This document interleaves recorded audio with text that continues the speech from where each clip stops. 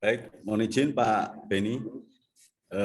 Yang terhormat Bapak Beni Suarsono selaku Kepala Bapeda Provinsi Daerah Istimewa Yogyakarta, yang alhamdulillah dan terima kasih sekali Pak, kami warga Kabupaten Yogyakarta merasa terhormat ini Bapak mau hadir dan mau memberikan sesuatu nanti yang tentunya sesuatu galaksi yang baru bagi kami ini mungkin Pak berkaitan dengan APBD.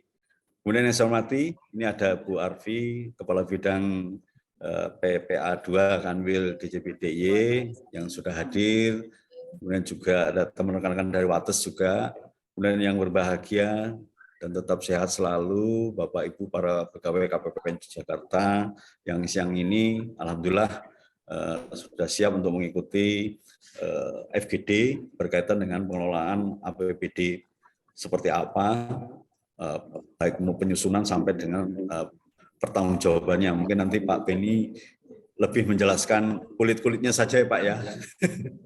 Nanti untuk jeroannya mungkin lebih teknis nanti di waktu-waktu kemudian.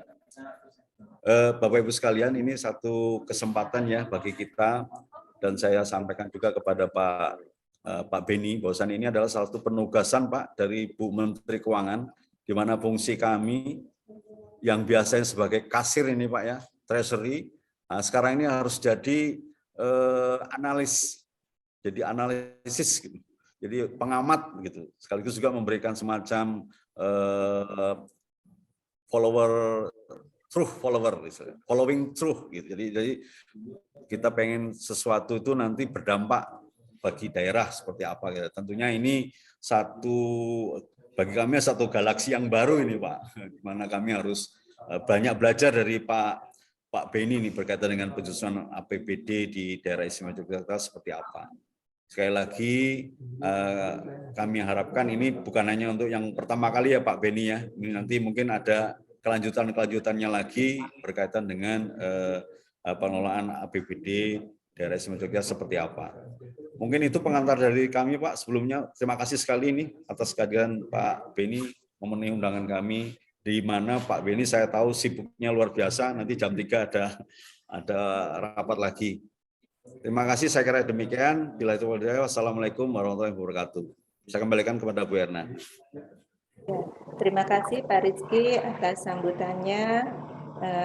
Terima kasih Bapak Ibu, kita akan berlanjut ke acara berikutnya, yaitu langsung ke acara FGD, Konsep Dasar Pengelolaan Keuangan Daerah, yang akan disampaikan oleh Bapak Kepala Bapeda DIY, Bapak Dr. Beni Suharsono, MSI. Kepada Bapak Beni, kami persilahkan Bapak, monggo. Terima kasih Mbak Erna. Assalamualaikum warahmatullahi wabarakatuh. Assalamualaikum warahmatullahi wabarakatuh. Kami hormati Pak Rizky, Kepala KPPN Yogyakarta, yang dihormati pejabat dari Kanwil DJPP yang sudah bergabung, termasuk tadi diinformasikan ada dari KPPN Wates yang kantornya di sebelah pojok ya kalau nggak salah di sana di Jalan Nasional. Bapak, pejabat yang hadir dalam forum yang mulia ini yang kami hormati, izin yang pertama-tama saya mohon maaf yang sebesar-besarnya karena janji saya sudah melonjak dari waktu karena kondisi seorang staf ditugaskan di mana-mana dan pada akhirnya kalau sudah dengan DPRD tidak bisa terkontrol waktunya dan sekali lagi saya mohon maaf. Ibu Bapak, saya mohon izin nanti jam 3 bisa selesai karena harus ada satu tugas lagi yang diselesaikan. Ada 2 tugas, tapi yang paling pendek nanti jam 3. Ada 4 poin besar yang perlu kami sampaikan. Sekali lagi ini sharing session, saya tidak sedang pada posisi lebih baik di pemerintah daerah untuk pengelolaan keuangan daerah, tapi ini saya sharing session. Ini cerita lama, ini sejarah ketugasan saya Ibu Bapak sekalian. Saya bekerja di Pemda baru 37 tahun gitu. Dan alhamdulillah sudah 4 kali merangkap jabatan dan hari ini juga masih merangkap selaku PLH Asisten Pemerintahan dan Umum. Sekilas info, ini ada nomor HP lengkap, email dan sebagainya. Mudah-mudahan menjadi bahan komunikasi dengan Ibu Bapak semua. Selanjutnya akan kami paparkan 4 poin besar ya yang ingin kami sampaikan mulai dari perencanaan sampai dengan coba kita ungkap hal-hal teknis yang mungkin baru pertama kali didengar oleh Bapak Ibu pejabat dari Kementerian Keuangan yang ditugaskan di Jogja melalui KPPN maupun melalui DJPP. Yang pertama berkaitan dengan Rengar, perencanaan dan penganggaran. Bahwa sungguhnya di dalam perencanaan itu kalau tertuang di dalam bahasa visi dan misi atau di dalamnya ada tujuan, sebetulnya yang ingin kita capai adalah apa yang ingin diubah. Itu biasanya dalam bahasa perencanaan namanya impact. Hasil pembangunan daerah yang diperoleh dari pencapaian outcome itu derajat tertingginya di situ. Jadi ketika kita bicara visi misi itu sebenarnya orientasi kita, orientasi perencanaan penganggaran itu apa yang ingin diubah. Tetapi ketika diterjemahkan di program itu yang di benak kita adalah apa yang ingin dicapai atau manfaat yang diperoleh dari output. Kemudian aktivitas terdepan namanya kegiatan, itu bicaranya biasanya adalah apa yang harus dilakukan atau dihasilkan atau yang dikeluarkan. Sehingga kalau kita sehari-hari berorientasi apa yang harus kita kerjakan atau apa yang harus kita lakukan, berarti kita bicara pada tataran yang sangat operasional, yaitu kegiatan. Padahal di kita semua adalah bicaranya adalah dampak. Kalau dampak masih terlalu berat, ya bicaranya adalah outcome. Maka terbiasa kita bicara kerja dan kinerja. Kerja menghasilkan kegiatan atau output, kinerja menghasilkan outcome. Nah, itu posisi perencanaan penganggaran seperti itu. Di daerah, lalu kita kenal dokumen 20 tahunannya namanya Rencana Pembangunan Jangka Panjang Daerah 20 tahunan. Dulu ada GBHN gitu. Ini dijadikan pedoman, bentuknya perda, karena itu nanti sifatnya politisnya. Kemudian diturunkan 5 tahunan menjadi RPJMD, Rencana Pembangunan Jangka Menengah Daerah 5 tahunan, yang sekarang sedang dalam proses penyusunan untuk RPJMD 2022-2027. 5 tahunan diturunkan apa yang disebut dengan RAPD, Rencana Kerja Pemerintah Daerah Tahunan. Ya, nanti bentuknya adalah Peraturan Kepala Daerah. Kemudian RKPD itu dijadikan pedoman, yang ini tidak ada di mana-mana, adanya di pemerintahan daerah Bapak Ibu semua. Ada namanya Kebijakan Umum Anggaran, disebut dengan KUA, dan Prioritas Plafon Anggaran Sementara atau PPAS. Nah, produk politiknya namanya kesepakatan bersama antara kepala daerah dengan DPRD. Nah, KUA PPAS berpedoman pada RKPD dituangkan, angkanya mirip persis, ya hanya prioritas, kemudian dijadikan dasar pembahasan APBD. Ya, lalu keluar produk politik namanya Perda APBD. Kemudian Perda APBD ditindaklanjuti dengan peraturan kepala daerah dijabarkan menjadi penjabaran APBD. Kira-kira benang panjangnya di sana itu mungkin tidak dikenali di alur dokumen perencanaan penganggaran di Kementerian Ibu Bapak yang sekarang bernaung. Adanya hanya di pemerintah, karena ada KUA dan PPAS tadi di tengah. Kemudian dari alur penyusunan dan penetapan APBD tadi sudah dimulai dengan RKPD, Rencana Kerja Pembangunan Daerah, kemudian ada KUA PPAS, kemudian ada Rencana Kerja Anggaran diterjemahkan oleh OPD, Organisasi Perangkat Daerah, kemudian lalu jadi RAPBD, terus jadi APBD. Nah, ada 6 langkah tadi, prinsip dasarnya mulai dari pertama, memperhatikan kebutuhan, penyelenggaraan urusan, kemudian tentu tidak boleh bertentangan dengan kepentingan umum, termasuk peraturan perundangan yang lebih tinggi, ada peraturan Menteri Keuangan di dalamnya, bisa dijadikan pedoman. Ini dijadikan pedoman penyusunan RKPD, kemudian RKPD disusun dipedomani menjadi KUA dan PPAS.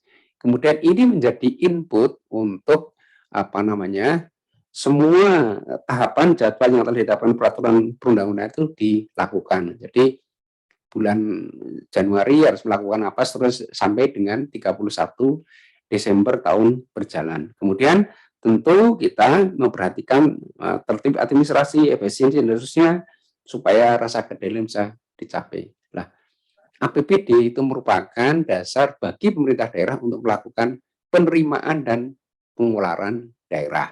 Jadi kalau di kewenangan di provinsi ada pajak kendaraan bermotor, biaya balik jalan bermotor, kemudian pajak air bawah tanah dan seterusnya. Itu sesuai dengan kewenangan APBD. Ada retribusi ya dan seterusnya. Sehingga kami harus melakukan integrasi program pembangunan antara pusat dan daerah. Lanjut, Mas. Ya, kalau Posat itu menetapkan tema, maka DIY menjadi subtemanya pemerintah pusat.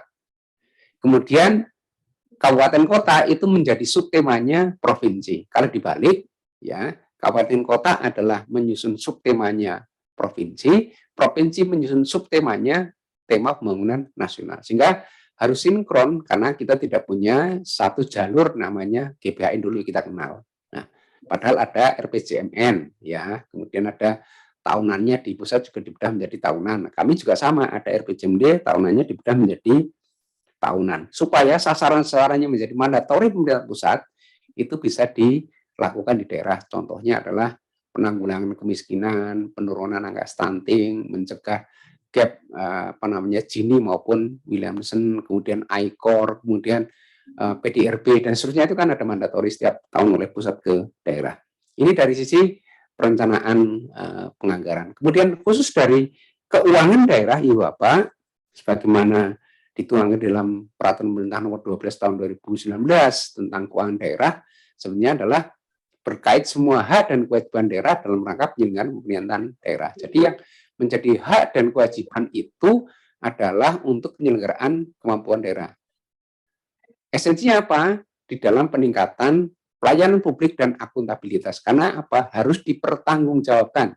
Semua bentuk kekayaan yang dijadikan milik daerah itu terhubung dengan kewajiban, hak dan kewajiban itu harus dipertanggungjawabkan. Sehingga pengelolaan keuangan daerah menjadi keseluruhan kegiatan melalui proses perencanaan sampai dengan pertanggungjawaban. Di dalamnya ada pengawasan keuangan daerah, baik yang dari internal yang kita kenal dengan APIP maupun pengawasan dari eksternal, bisa dari kementerian, bahkan Itjen Kementerian Keuangan pun sekarang masuk, khususnya pengawasan tentang dana keistimewaan, misalnya kemarin itu masuk dari Irjen Kementerian Dalam Negeri, kemudian dari BPKP, dari BPK, ya, kemudian ada APH yang lain itu bisa melakukan pengawasan pengelolaan keuangan daerah. Dari sini bisa diartikan bahwa APBD adalah merupakan rencana keuangan tahunan daerah yang ditetapkan dengan perda. Jadi APBD itu rencana keuangan tahunan daerah yang ditetapkan dengan perda. Tadi apa namanya? Perda APBD. Ya. Sementara ya, kalau saya biasanya nyebutnya ini tabel T, Bapak Ibu. T itu terdiri dari APBD, terdiri dari penerimaan, belanja dan kewajiban-kewajibannya, ya. Jadi berikutnya yang disatukan belanja daerah adalah semua kewajiban daerah yang diakui sebagai pengurang nilai kekayaan bersih dalam periode tahun anggaran berjalan. Nah, sehingga fungsi APBD ini bisa menjadi otorisasi, bisa menjadi alokasi, bisa menjadi distribusi, bisa menjadi stabilisasi, bisa juga untuk melakukan pengawasan dimulai dari sistim perencanaan. Ibu Bapak yang kami hormati, ini struktur tabel T-nya, APBD terdiri dari pendapatan daerah bisa dibagi menjadi 3, pendapatan asli daerah, ya, kemudian yang proporsinya masih besar atau sekarang masih mendominasi Bapak adalah pendapatan transfer, ya, transfer pemerintah pusat maupun transfer antar daerah. Nanti bentuknya transfer salah satunya adalah ada dana keistimewaan, ya, ada dana bagi hasil, ada dana alokasi umum, ada dana DAK, ada DAK fisik non fisik, ada dekon, ada tugas bantuan dan sebagainya. Yang ketiga adalah pendapatan lain yang sah. Struktur yang berikutnya adalah belanja daerah. Belanja daerah pun ini sudah menyesuaikan dengan peraturan yang terbaru. Dulu kita mengenal ada belanja rutin, belanja pembangunan. Nah, sekarang sudah nggak ada. Di sistem pengelolaan keuangan daerahnya sudah tidak ada lagi. Hanya dibagi belanja daerah itu menjadi 4 poin besar. Yaitu belanja operasi, belanja modal, belanja tidak terduga, dan belanja transfer. Kemudian yang ketiga masih harus menyelesaikan pembiayaan daerah.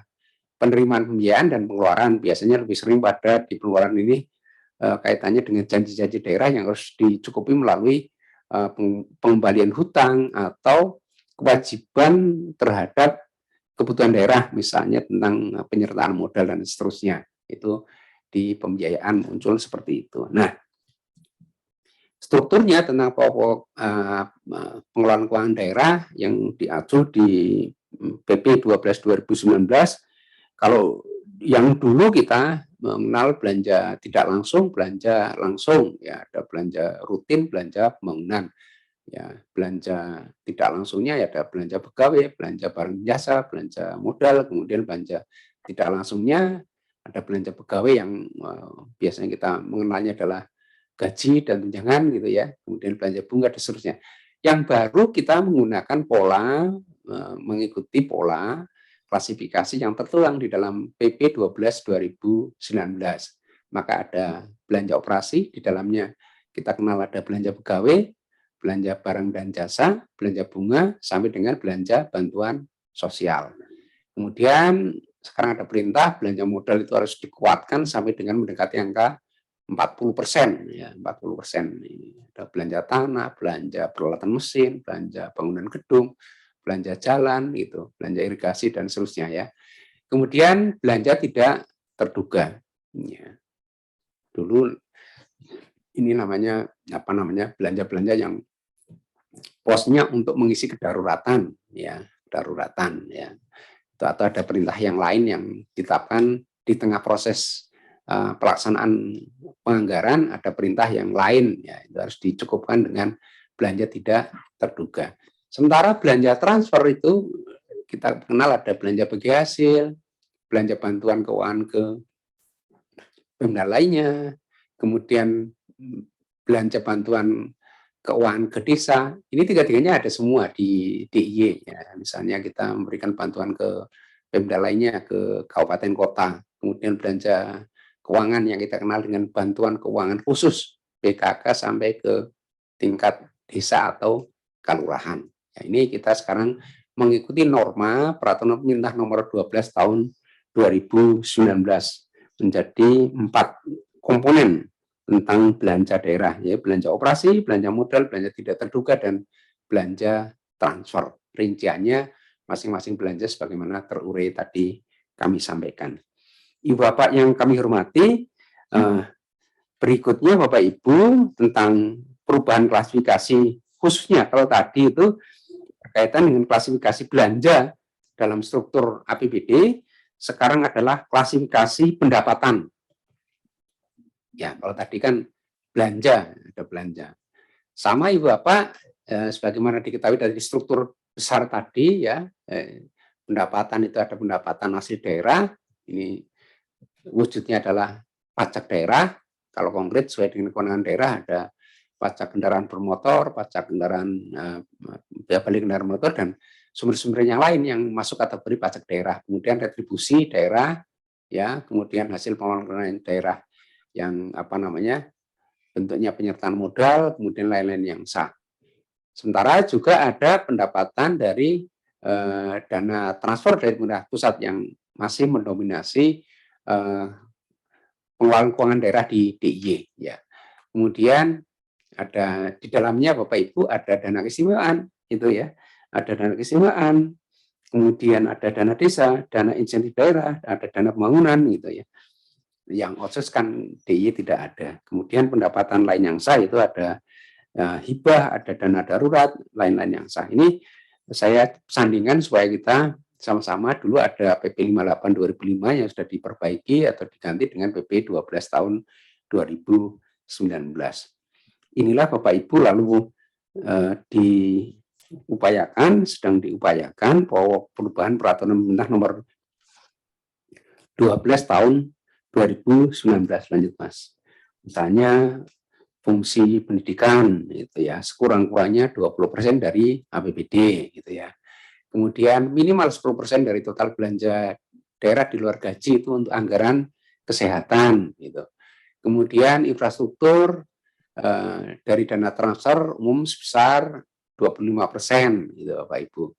Kemudian anggaran peningkatan kapasitas sumber daya manusia sekurang-kurangnya 0,34 dari total belanja daerah.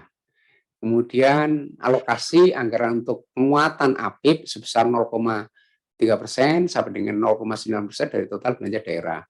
Sehingga jumlah alokasi anggaran yang sudah tertera tadi sudah sebesar 55,94%.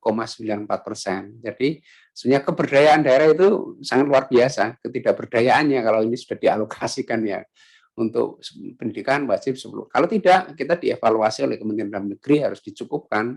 Misalnya pendidikan masih 18%, itu harus sekurang-kurangnya 20% dari APBD. Demikian juga untuk anggaran kesehatan, infrastruktur, peningkatan kapasitas, kemudian untuk penguatan APIP dalam rangka pengawasan. Gitu.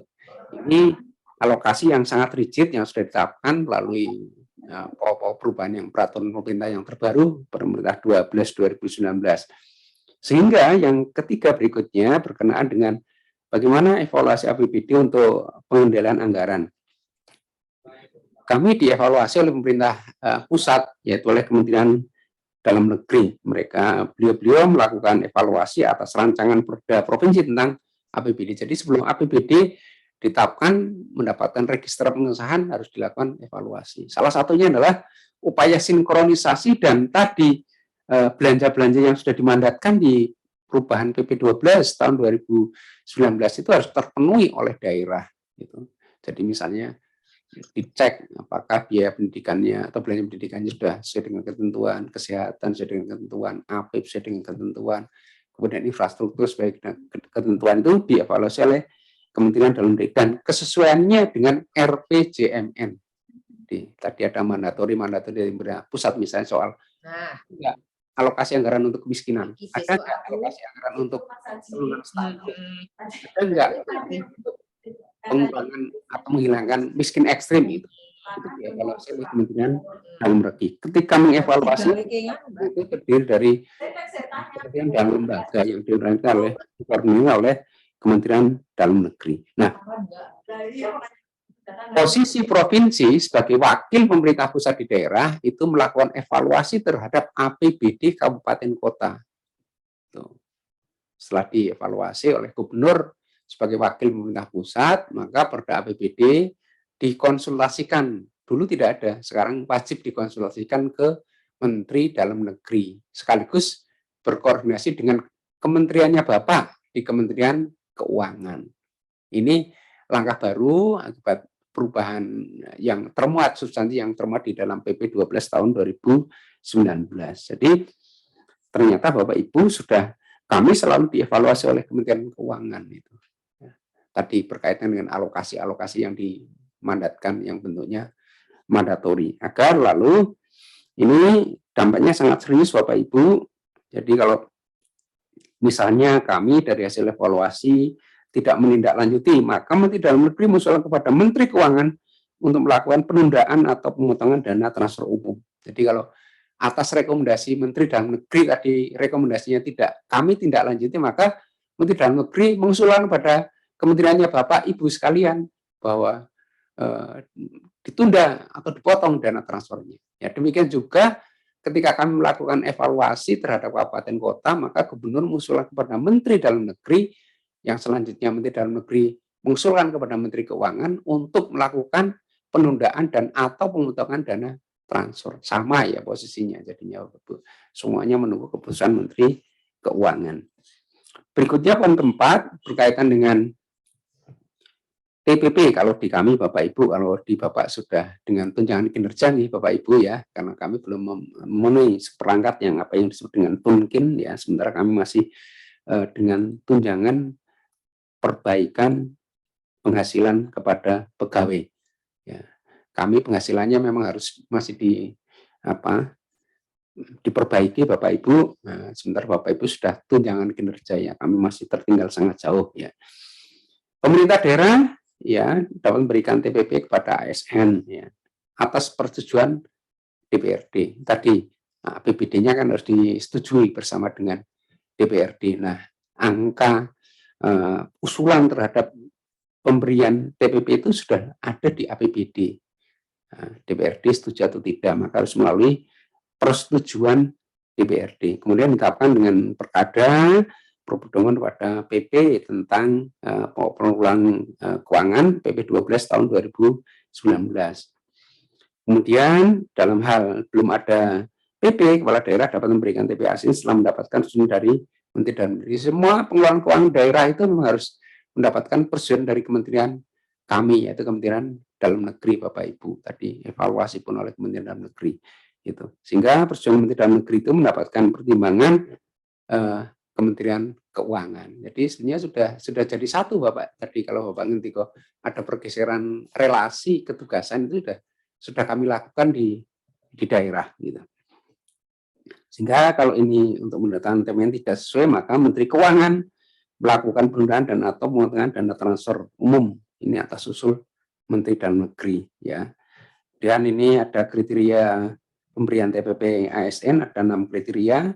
Ada beban tugas yang paling bawah, Bapak Ibu, warna biru. Kriterianya kami memberikan TPP kepada ASN yaitu berkaitan dengan beban kerja, tempat bertugas, kondisi kerja, kelangkaan profesi, prestasi kerja, dan tentu pertimbangan objektif lainnya. Berikutnya Bapak Ibu tentang pengelolaan keuangan daerah itu sendiri ya.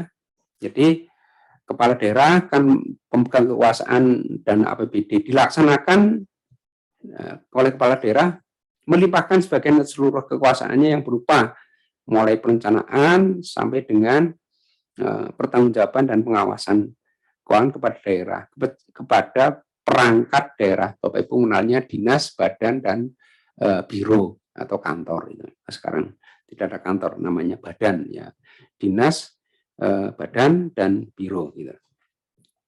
Itu dilaksanakan oleh OPD terkait. Sehingga pemegang kekuasaan pengelolaan keuangan daerah atau PKD-nya adalah kepala daerah sebagai pemegang kekuasaan pengelolaan keuangan daerah. Ya. Kemudian mewakili pemerintah daerah dalam kepemilikan kekayaan daerah yang dipisahkan. Menjadi pemegang saham misalnya di BUMD dan sebagainya itu adalah penanganan kekuasaan pengelolaan keuangan daerah yang melekat PKD sebagai kepala daerah. Dapat melimpahkan seluruhnya atau sebagian. Yang dapat dilimpahkan adalah Sekda selaku koordinator pengelolaan keuangan daerah, kemudian kepala SK PKD, Satuan Kerja Perangkat Daerah Pengelolaan Keuangan, ini biasa disebut dengan Badan Pengelola Keuangan Daerah, selaku pejabat pengelola keuangan daerah, kemudian kepala Satuan Kerja Perangkat Daerah selaku pengguna anggaran. Ya, jadi bisa melimpahkan atau sebagian tentang kekuasaan pengelolaan keuangan daerah. Kemudian prinsipnya adalah pemisahan keuangan antara yang memerintahkan, menguji, menerima, dan mengeluarkan uang. Nah, kesulitan di DIY adalah bahwa ASN ini kan harus dipegang oleh ASN. Nah, ASN-nya itu makin habis, Ibu Bapak semua. Setahun Pemda DIY itu pensiun kira-kira 500, paling besar rata-rata 700 orang per tahun. Nah, padahal penerimaan kita itu selalu lebih kecil daripada itu, sehingga minus growth kalau di Pemda DIY. Makanya kami berterima kasih mendapat suplai amunisi dari lulusan STAN-nya Ibu Bapak semua. Ya, jadi sekarang kami setiap tahun mendapatkan limpahan alumni STAN dari Ibu Bapak. Termasuk yang di Bapeda ini juga ada beberapa yang ditempatkan di kantor kami. Ya, jadi ya, kami sangat senang dengan kualifikasinya, kualitasnya, dan apa namanya, semangat kerja dan kompetensinya. Sehingga ini kepala daerah mempunyai kewenangan menyusun, mengajukan kepada daerah, dibahas bersama seterusnya sampai melaksanakan kewenangan itu tugas sebagai mandatori kekuasaan pengelolaan keuangan daerah. Terakhir materi kami berkaitan dengan hal teknis, Ibu Bapak, belum tadi sudah disampaikan oleh Pak Kepala KPPN Yogyakarta, yang teknis nanti biar nanti ada pertemuan berikutnya siap gitu ya. Bahwa yang pertama berkenaan dengan penyusunan aliran kas gitu ya, bahwa kita harus memperkirakan dokumen alur kas masuk yang bersumber dari penerimaan. Sebenarnya ketika kita merancang APBD, misalnya APBD tahun ini dirancang sebesar 6,1 triliun. Itu kan uangnya baru mencari sebetulnya, ya, baru mencari. Melalui apa? Melalui tadi ada DAU, ada DAK, ada bagi hasil, ada kemudian ada apa namanya, dari pajak, dari retribusi, itu kan mencari ya. Terus direncanakan gitu. Sehingga ini berkaitan dengan perkiraan arus kas keluar untuk mengatur ketersediaan dana yang cukup untuk mendanai pelaksanaan kegiatan yang dilakukan setiap periode. Jadi tidak mungkin triwulan pertama itu anggarannya lebih dari separuh APBD yang sudah disiapkan. Uangnya belum ada, gitu. Uangnya belum ada. Sehingga ini harus menjadi perhatian bahwa penyusunan aliran kas itu menjadi gambaran aktivitas kegiatan yang akan dilakukan, tahapan dan persiapannya. Jadi dulu pernah kami terus terang ditegur, Pak, DIY tidak menghabiskan uangnya gitu. Nah, kalau kami aliran kasnya belum sampai pada saat perencanaan yang harus dikeluarkan uang, ya tidak kami keluarkan gitu. Yang di benak kami kan kita tidak balapan untuk segera menghabiskan uang, sementara periode pengeluaran uang itu sesuai dengan rencana yang telah ditetapkan. Gitu. Sehingga inilah kami berpedoman pada aliran kas. Kapan uang itu harus dikeluarkan? Untuk apa? Kenapa baru dikeluarkan bulan 3? Kenapa tidak bulan 1? Itu semua ada rekeningnya. Supaya tidak kaget. Jadi ada tahapan per triwulanannya seperti apa. Sehingga pelaksanaan sesuai dengan jadwal yang sudah direncanakan, baik sendiri maupun mengikuti program penyelenggara yang lain. Ini harus termuat, gitu. Termasuk ini menjadi instrumen keluarnya TPP kalau di kami itu. Ya, Ibu Bapak, kemudian yang berikutnya adalah hal yang menjadi perhatian. Jadi mendahulukan kegiatan yang berkaitan langsung dengan pemberdayaan masyarakat. Ini kami tetapkan, ini harus dilakukan di triwulan awal. Ya, misalnya melalui bantuan sosial maupun pelatihan-pelatihan, ini harus triwulan, agar triwulan kedua, ketiga, dan 4 itu sudah menerima manfaat atas aktivitas tadi. Aliran kasnya harus di depan gitu. Kemudian mendahulukan kegiatan prioritas dan relatif sulit daripada mudah pelaksanaannya. Kalau yang sulit nanti dilaksanakan di triwulan terakhir, tidak terlaksana akan menjadi idle dan menjadi silpa. Nah, ini tidak bagus gitu.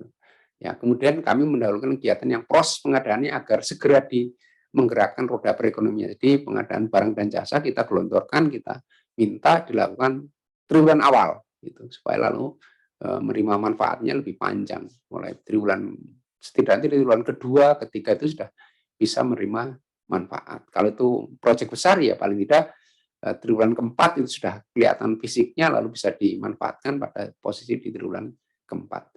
Kemudian mengalokasikan kegiatan fisik konstruksi, melibatkan pihak ketiga di triwulan kedua dan ketiga, agar nanti mempermudah evaluasi penganggaran kegiatan di tahun berjalan.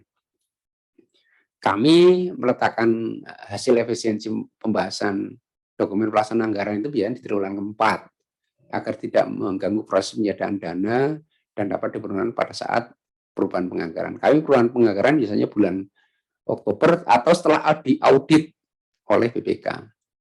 Jadi biasanya kami melakukan pada pasca semester 1 setelah dilakukan audit. Jadi begitu audit kita kan harus melakukan penyesuaian terhadap pendapatan, penyesuaian terhadap rencana belanja dan sebagainya, baru kita lakukan perubahan APBD.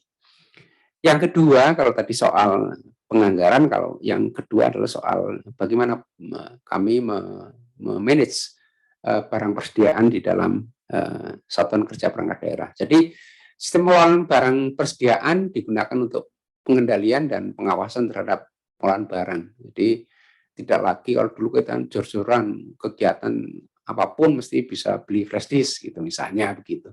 Nah, kita melihat yang aset yang berwujud misalnya barang atau perlengkapan yang berupa supply digunakan dalam rangka kegiatan operasi, sehingga kita bisa lihat sebenarnya kebutuhan tahun yang akan datang itu berapa dengan barang persediaan yang sudah ada.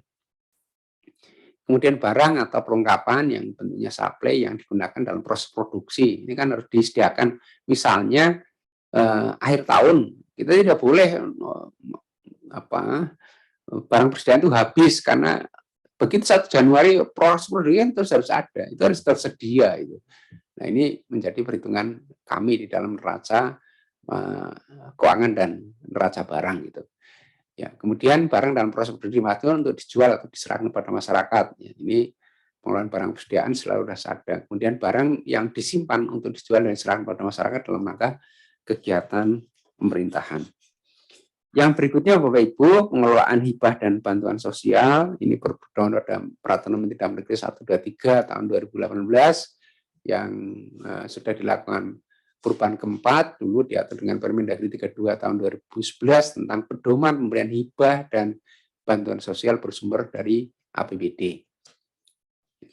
Meliputi penganggaran, pelaksanaan, penatausahaan, pelaporan pertanggungjawaban serta monitoring evaluasi pemberian hibah dan bantuan sosial yang bersumber dari APBD. Jadi Bapak Ibu, di dalam APBD ada kita kenal dengan pemberian hibah dan bantuan sosial, maka harus berpedoman pada Permendagri 123 tahun 2018 tentang APBD. Kemudian penerapan akuntansi berbasis accrual itu di DIY sejak tahun 2015 sudah melakukannya. Kemudian ada SAP yang berbasis accrual adalah mengakui bahwa pendapatan, beban aset, utang, ekuitas dalam pelaporan finansial berbasis accrual ini, serta mengakui pendapatan, belanja, pembiayaan dalam pelaporan pelaksanaan anggaran berdasarkan basis yang telah ditetapkan dalam APBD. Jadi rumah besarnya namanya APBD. Kemudian ini kami lakukan BIMTEK mulai dari jajaran pimpinan SKPD sampai dengan pelaksanaan di SKPD. Kami tentu harus menyiapkan, walaupun tadi ada setidaknya pengelola keuangan di OPD atau organisasi perangkat daerah itu minimal 4, karena tidak boleh dirangkap. Penguji sama kasir itu kan tidak boleh merangkap. Nah, itu kami ada kesulitan di penyiapan SD, makanya kami berterima kasih tadi dapat suntikan fresh graduate dari alumni STAN gitu. Kemudian tentu akan dilaporkan berkaitan dengan transaksi keuangan setiap bulan. Idealnya begitu Bapak Ibu. Dan yang kelima atau yang terakhir Bapak Ibu berkenaan dengan pengelolaan dana IRMAK. Ya.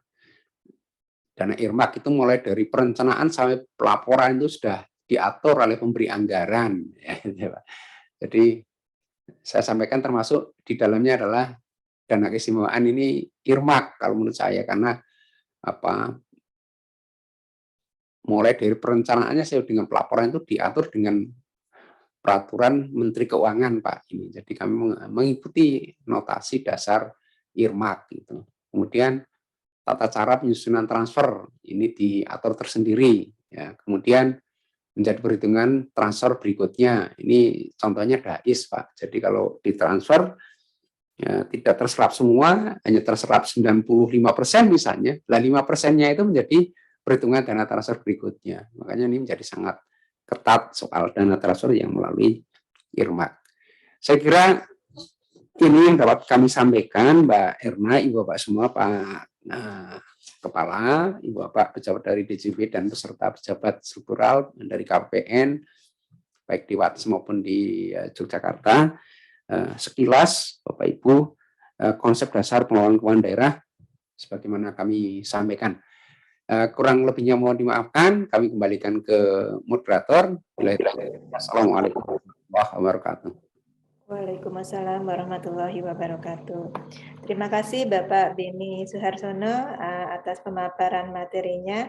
Punten Bapak masih punya waktu sekitar 10 menit untuk berdiskusi. Siap, 10 menit Mbak Erna ya, nyun mangapunten. Kalau bisa 5 menit deh Pak. Bapak Ibu, bagi Bapak Ibu yang ingin bertanya terkait pengelolaan keuangan daerah, nanti akan dijawab oleh Bapak Beni. Kami persilahkan satu penanya.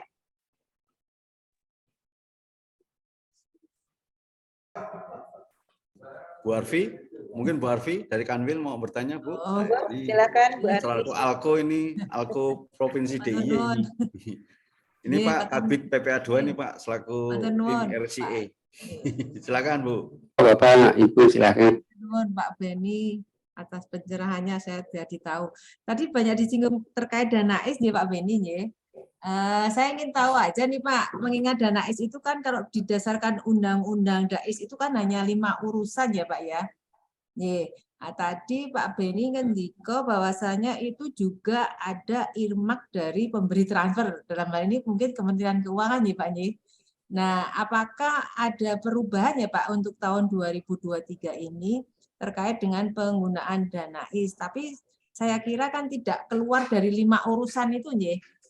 Nah, apakah juga saya tanya satu lagi, penggunaan dana IS ini nanti juga bisa digunakan terkait dengan isu ya mengurangi kemiskinan di Jogja itu Pak. Karena saya lihat kalau 5 urusan ini apakah dimungkinkan ya untuk mengentaskan kemiskinan dengan masuk ke alokasi 5 urusan itu. Mungkin itu Pak. Monggo Pak Beni bisa langsung. Terima kasih Mbak Ani.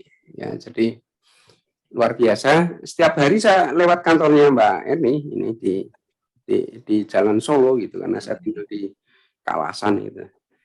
Ya, terima kasih. Jadi benar secara tekstual kontekstual memang dana hanya diperbolehkan untuk mendanai 5 urusan ya. 5 kewenangan. Ya. Yang pertama adalah berkaitan dengan urusan kewenangan tata cara penetapan gubernur dan wakil gubernur, pertanggungjawaban dan kewenangan kewajibannya itu. Kemudian yang kedua untuk mendanai soal kelembagaan daerah. Jadi kelembagaan di DIY itu kan tidak sama dengan kelembagaan provinsi yang lain. Ya, makanya di DIY sebenarnya tidak dikenal dengan sebutan provinsi. Makanya hanya menyebut pemerintah daerah istimewa Yogyakarta tanpa ada provinsinya gitu. Salah satu sebutan yang berbeda karena mandat Undang-Undang 13 tahun 2012 tentang keistimewaan DIY. Kemudian yang ketiga untuk maka nanti akan ketemu lembaga-lembaga yang Bapak Ibu mungkin tidak ditemukan di provinsi lain. Misalnya ada Undo, Niti Mandolo, Sarto, Toto Sasono, itu apa? Itu misalnya itu Dinas Pertanahan dan Tata Ruang. Gitu. Misalnya kok ada lembaga namanya Paniradio Keistimewaan. Nah, Paniradio itu lembaga, keistimewaan itu keistimewaan. Jadi satu lembaga yang mengurusi tentang DIY. Itu tidak ditemukan di daerah lain. Gitu. Kemudian yang ketiga untuk membiayai kebudayaan, urusan kebudayaan. Yang 4 membiayai urusan pertanahan. Yang kelima untuk membiayai urusan tata ruang. Ya. Walaupun tidak bolak-balik ya, satu sama lain adalah punya derajat yang sama. Nah, pertanyaan berikutnya oleh Bu Ani, apakah penggunaan dana keistimewaan bisa untuk isu yang sangat senter, yaitu dia menjadi provinsi termiskin, kemiskinannya tertinggi ya. Betul. Jadi kemiskinan tertinggi bukan berarti terbanyak ya. Kalau kita bandingkan. Tapi di Jawa Pak Beni, termiskin di Jawa saja Pak. Iya, itu termiskin, tapi tidak penduduknya tidak terbanyak termiskin gitu ya. Yang harus dibedakan di sana gitu ya. Jadi penduduk DIY kan 3,7, 11,9-nya itu hanya 463 tanda kutip itu. Saya membaca hanya itu tanda kutip supaya kita benchmark dengan bandingkan kalau misalnya maaf ini provinsi di tetangga kita jumlahnya kan puluhan juta itu ya, puluhan juta. Kalau itu 10% aja itu kan sangat besar sekali. Hampir mirip dengan setara dengan jumlah penduduk DIY. Tapi tidak sedang kita permasalahkan karena upaya untuk ke sana sedang kita lakukan dan terus kita lakukan. Nah, berkaitan dengan dana keistimewaan, apakah bisa untuk salah satunya adalah penanggulangan kemiskinan? Bisa. Kami jawab bisa. Kenapa? Karena satu urusan tadi itu bisa menjawab hampir semua urusan, yaitu urusan kebudayaan. Mohon dibaca kebudayaan dalam arti luas, tidak boleh dibaca kebudayaan dari arti sempit. Kalau kebudayaan dibaca dalam arti sempit itu hanya tradisi dan seni, temunya hanya itu. Tapi kalau budaya dibaca dalam arti luas itu harfiahnya adalah hasil cipta, rasa, karsa, dan karya manusia yang diakui kebenarannya dan dapat diikuti sampai sekarang. Berarti apa? Bicara nguri-uri kebudayaan zaman dulu dan sampai pengembangan teknologi informasi. Artinya kalau DIY mendesain ada desa mandiri budaya, ya itu bisa masuk dana keistimewaan. Desa budaya bisa masuk ke sini. Desa maritim bisa masuk penanggulangan kemiskinan. Nah, kemudian berikutnya tata ruang itu bisa menopang juga penanggulangan kemiskinan. Pertanahan tadi kan kita bicaranya hanya khusus ya pertanahan di keistimewaan kan hanya bicara Sultan Ground dan Pakualaman Ground, kagungan dalam dua-duanya. Sudah disampaikan oleh Pak Gubernur Pak Sultan bahwa tanah kagungan dalam itu boleh digunakan untuk dimanfaatkan masyarakat miskin, diolah untuk penanggulangan kemiskinan. Itu. Artinya kan urusan-urusan ini kan berkolerasi juga dengan penanggulangan kemiskinan. Kalau kita kembalikan ke perintahnya mandatori undang-undang itu di pasal 5, itu salah satu frasenya bunyi peningkatan kesejahteraan dan ketentraman masyarakat. Ada secara tertulis sangat tegas di undang-undang keistimewaan DIY. Yang orang sering lupanya ini irisannya di mana ketika diterjemahkan untuk membiayai 5 urusan gitu Bu Ani itu. Jadi kolerasinya ke sana. Jadi ada perintah bahwa dana keistimewaan salah satu tujuannya adalah untuk peningkatan kesejahteraan dan ketentraman masyarakat ya. Di atasnya ada tujuannya untuk demokratisasi, akuntabilitas. Salah satu frasenya itulah. Kalau kita tarik bisa masuk ke domain kebudayaan, bisa masuk ke domain pertanahan, bisa masuk ke domain tata ruang, bisa masuk ke domain kelembagaan itu sendiri. Paling atas adalah domain tentang penetapan, supaya biaya bisa dihemat dan banyak sekali yang bisa kita lakukan. Ngaten Mbak Ani, Bu Ani, yang dapat kami jawab. Mudah-mudahan tidak memuaskan supaya nanti kita bisa dialog lebih panjang lagi gitu dalam satu waktu yang lain gitu. Matur nuwun. Ini luar biasa Pak Beni. Terima kasih sekali pengkayaan ininya informasi berkaitan pengelolaan penyusunan APBN. Monggo Bu Erna. Oke. Mohon maaf Bapak, kami batasi satu penanya saja ya. Tadi Bu Arfi sudah bertanya karena di tengah kesibukan Pak Beni, saya khawatir nanti Pak Beni ada acara lagi yang harus segera dilaksanakan Bapak. Jadi untuk FGD ini satu penanya saja nggak? Tadi sudah dengan Bu Arfi. Kalau dicukupkan FGD-nya enggak apa-apa Pak Rizky nggih, karena kita insya Allah mudah-mudahan bisa lain waktu lagi untuk mengadakan FGD kembali. Ya. Ini kan episode pertama ya Pak Beni ya. Ya Pak Rizky. Ya. Nanti ada episode berikutnya dengan tentunya tidak mengurangi rasa hormat saya mengganggu kenyamanan Pak Beni bekerja ini. Saya mohon maaf sekali lagi Pak Beni. Terima kasih sekali lagi Pak atas nama teman-teman dari KPPN Yogyakarta dan Bu Arfi dari Kanwil DJPDY dan Pak Ates juga yang mungkin hadir. Luar biasa Pak, kami dapat pengkayaan ilmu nih Pak. Kami kemarin-kemarin masih mungkin meraba-raba ya Bu Arfi ya. Sekarang sudah yang mungkin sudah secara kulitnya, arinya sudah bisa kelihatan, oh seperti ini gitu Pak. Terima kasih sekali Pak Beni. Ya.